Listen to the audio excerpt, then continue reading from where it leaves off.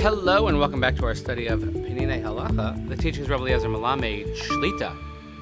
Continuing along with our week, hope everyone is doing well with the slichos, perhaps an earlier wake up than you're used to, but the Yomim Narum are upon us and this is what we must do, so we also must continue our learning. We want to get as much as we can in before the end of 5785 as we welcome in 5786 Abaleinu Latova. Please continue davening for Chaylei Tzvah Gan Yisrael for Shlema, L'chol Petuei Yisrael, and the safe return of our hostages. And we learn each day L'ilui Nishmat Seren Daniel Shimon ben Harav Duron V'Shelia Hashem Kim Damo. We begin a new chapter.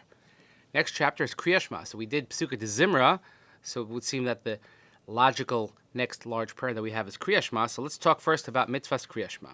Mitzvah Sasei Min HaTorah L'kro Keriat Shema B'Layla U'Ba Boker. Shenemar v'dibarta bam v'chuli b'shachbacha uvkumecha. B'shachbacha hainu b'layla uvkumecha hainu ba'boker.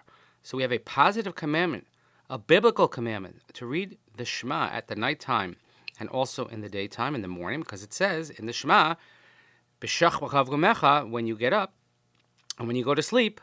I really did that out of order. It's really when you go to sleep, b'shachbacha, which is nighttime, and then when you get up, when you arise in the morning. Kori'im shalosh parshios. We read three separate paragraphs or parshios. Harishona, Shema, from the 6th chapter of Devarim. Of course, the Shema we know. Sheish ba kabbalas al malchus shemayim yichud Hashem ve'ahavaso, which has in it the accepting the yoke of heaven, and also the oneness, uniqueness of God, and our ability and requirement to love Hashem. Hashniya, the 2nd chapter of Vahaya im Shemoah, from the 11th chapter of Deuteronomy.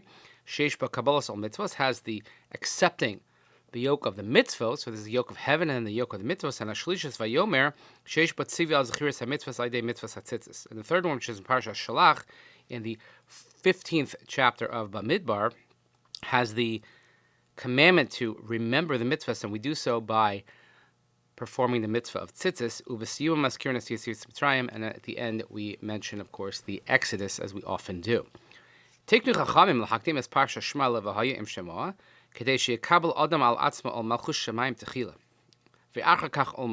so ever wondered about the order, why Shema, V'hayim, Shmoah, and Tzitzis, why in that order? It's not chronological, certainly not the second and the third.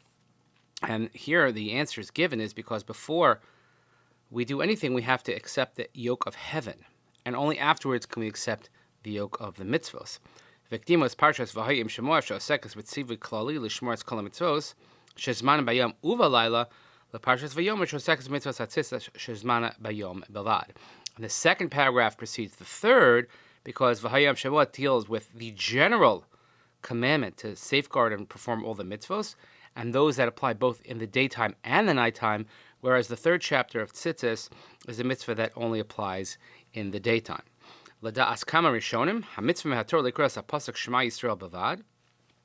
to many Rishonim, the Torah commandment is to read just the pasuk of Shema, she'alav ne'amar, because it says, "V'hayu ha'davarim ha'il asher anachim mitzavecha hayam al levavecha v'shach v'chavumecha v'chacham tiknu likros shalosh haparshios." The Shema, perhaps, is the main part, but Chazal instituted that we have to recite all three paragraphs as well. Ef shalomar. So it's possible to say that the main mitzvah is that a person should accept upon himself the yoke of heaven.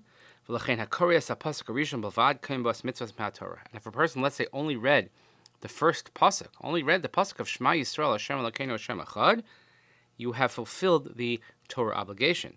Ella shekakol sheyarchev Yosef b'kabalas ol malchus shemayim. However, the more one does, meaning if you say the other three paragraphs, not just the first line, not just the first words of the Shema, and the more you expand the explanation and the fulfillment of this commandment, then it's a greater fulfillment as well. That's why Chazal instituted that we should read all three parshios, because this way Chazal instituted that through these three parshios they really explain and exhibit the foundations of faith, accepting mitzvos and remembering them through tzitzis. So therefore, by reading these 3 parashas, we're actually fulfilling a mitzvah in the Torah. So that's why when we say Shema, it's not just the line of Shema, but really it's all 3 chapters of Shema. Interesting footnote here at footnote number 1 on page 196. Worth looking at when you have a moment. But obviously, when we talk about kavana, we'll see a little bit as we go further, but we have kavana. You should certainly have kavana for the first line. It's hard to have kavana for a very long time, for 3 whole paragraphs, I know, but we try to make sure that we concentrate for the very least when we say the first line of Shema, and something that has been so important to the people of our history for so many generations. But we thank you for joining us. Please continue davening for Chayei Tzvah Israel, for Shlem L'Chol P'tzui Israel, safe return of our hostages, Lili Nishmat Saren and Daniel Shimon, our Avdaron B'Shalei Shem V'Davo. Thank you so much for joining us. Have a great day, and we will see you here next time.